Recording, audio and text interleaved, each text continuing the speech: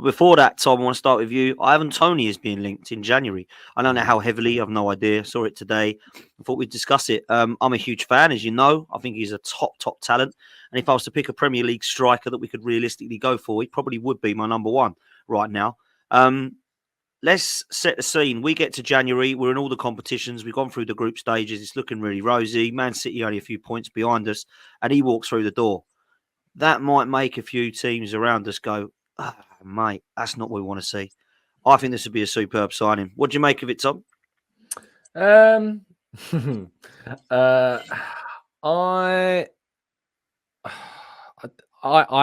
know what I'm going to say is not going to be so popular, and I don't know whether or not Toney's the guy that closes the gap for us with Man City. I don't know if he's good enough to close the gap with Man City. I just don't know if he is. I think he's a good striker. He scores goals. Scores a lot of penalties, by the way.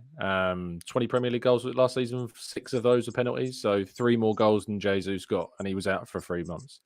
He got the same XG as Jesus last season, 13.2, and scored 3 more goals.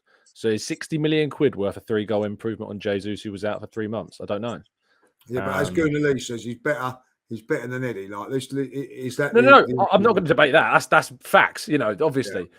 But the thing is, Lee, is we talk here about why did we invest £65 million in Kai Havertz when we could have done this? I don't want to be having the same conversation about Toney. I don't want to be sitting here going, why did we invest £60 million in a striker that has not raised the level enough? And I just challenge the view if Ivan Toney is raising the level enough for us. Because, Dan, what you have to realise is that if you spend 60 million on Toney, that's the striker you've committed to for the next, not for the next season, for the next 3-4 years. That's who you're committing to being our striker that we have signed as a marquee addition for that, because you've added in with Jesus, you've got rid of Nketiah, Jesus and Toney is going to be the two. And I just don't think that Toney is the transformative striker that turns Arsenal from a team that challenged City into a side that beat City to the title. I just don't think he's... All right, cool. So I'm not going to say you're right or wrong because we don't have a clue. He could be absolutely horrendous or he could be great. Well, no, I don't know, do I? Because all I can do is what he's done at Brentford. I can only take that into it. But let me ask you this then, and I'll ask Adrian and Lee this as well. If it ain't him then 65 is going to be potentially a waste. Would you rather wait till the summer and do what? Go for who? That's better than Toney. I was going to say that who? That is the question. And it's like, do you go to Napoli and say, here's 120 million quid and I want Victor Osimhen? Because I think you're going to have to spend 100 million quid on a striker that's going to, because Haaland only went for the money he went for because he had a release clause. If they were buying Haaland for the amount of money, about 180 or something. Yeah, it would have been silly money. You also got to remember that a certain Kylian Mbappe is available next summer.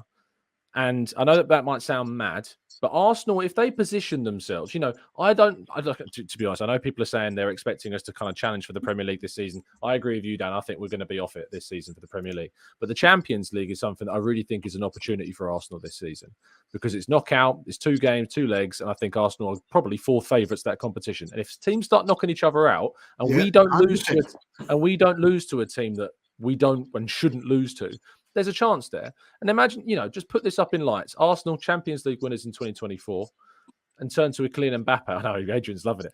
And turn to Kylian Mbappe and be like, look, we're the Champions League winners. Why don't you come to Arsenal and take us that next level? If Liverpool drop out of things, if they don't get back into top, they're looking good. But, you never know Liverpool because they're hot and cold. They're hot right now.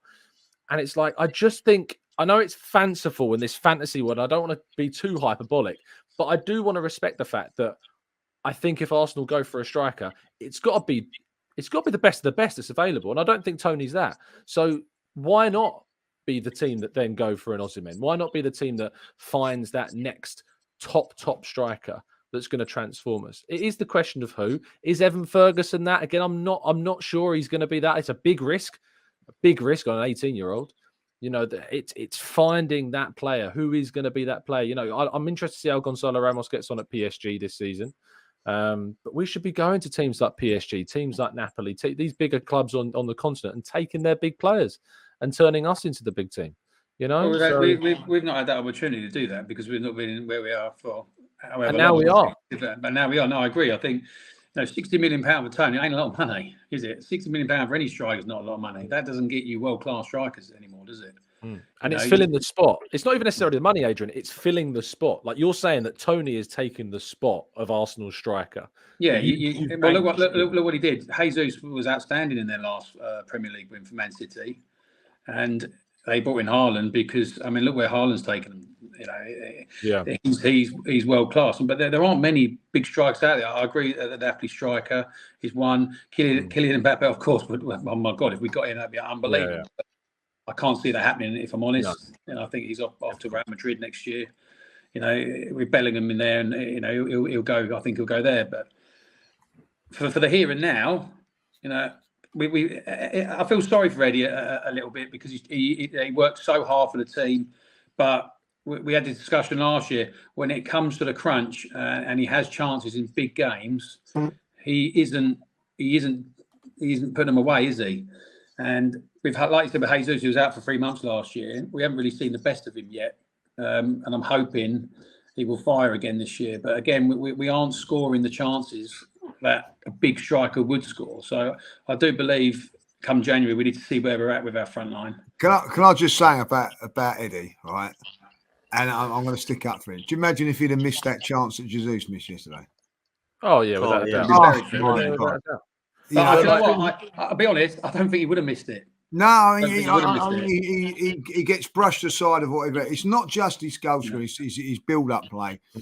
And I'm with this. If for the here and now, maybe it's got to be for the here and now, not the future. Like, you know what I mean?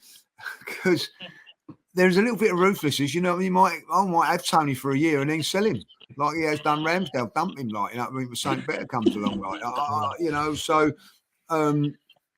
I would actually think that, what I think where everybody's being connected with Toney is because he's done that interview and he turned around and said, I like the way Arsenal play, blah, blah, blah.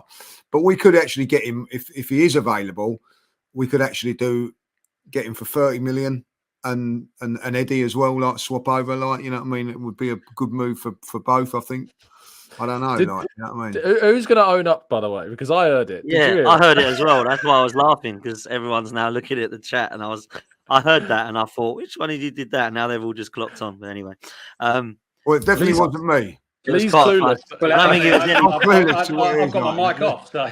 The ball guy just fired. Like, well, it wasn't me. As Shaggy says, it wasn't me. Like, you know what I mean? Like, yeah. It wasn't me. I heard it, but I heard it ages ago, and obviously the chat's a bit behind, so it's Adrian. It made me laugh. There we go. Lee, go on, Tom. No, because I want you to have your say, because you asked me on it on Toney. But do you see what I'm saying? Because like I'm constantly that guy who gets targeted with comments like, Tom, raise your standards. You know, we Arsenal should be going for the absolute biggest and best. Raise your standards, Tom. And I just sit there going, all these people that are telling me to raise my standards are telling me that a guy that scored three more non-penalty goals than Jesus, after Jesus was out for 2 months, is the guy that's going to take us to that level. I don't think he is.